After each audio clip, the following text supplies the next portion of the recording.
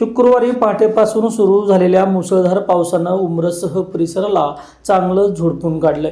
दुपारी 1 वाजेपर्यंत पावसाची संततधार सुरू होती।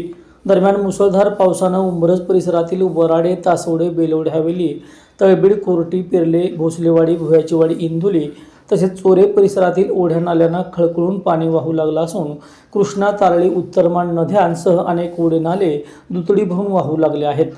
उत्तरमान नदीला पावसानं मोठ्या प्रमाणावर पाणी आल्यानं शिवडे गावच्या पश्चिम भागात भवानवाडी रोडला पाणी रस्त्यापर्यंत आलं आहे। या पाण्यात अनेक वीटभट्ट्या, इमारती, निरंकारी भवन, पिके यांना पाण्याचा वेढा पडला आहे। दरम्यान शिवडे ते उमरस जोडणाऱ्या उत्तरमान नदीवरील जुन्या नदीच्या पुलावरून दुपारी 12:30 नंतर पाणी वाहू लागल्याने या पुलावरील वाहतूक बंद झाली आहे।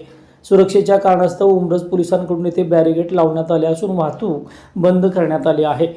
दरम्यान उमरस येथे राज्यमार्ग रुंदीकरणाचं काम सुरू आहे। ऐन पावसाळ्यात सुरू असलेल्या या कामासाठी मोठ्या प्रमाणावर खोदकाम करण्यात आल्यानं उमरस येथे पाण्याचे तलाव निर्माण होऊन दिवसभर वाहतुकीस प्रचंड अडथळा निर्माण झाला आहे। आशियाई महामार्गावर व सेवा रस्त्यांवरही ठिकठिकाणी पाणी साचून वाहतुकीस अडथळा निर्माण झाल्याचं चित्र आहे।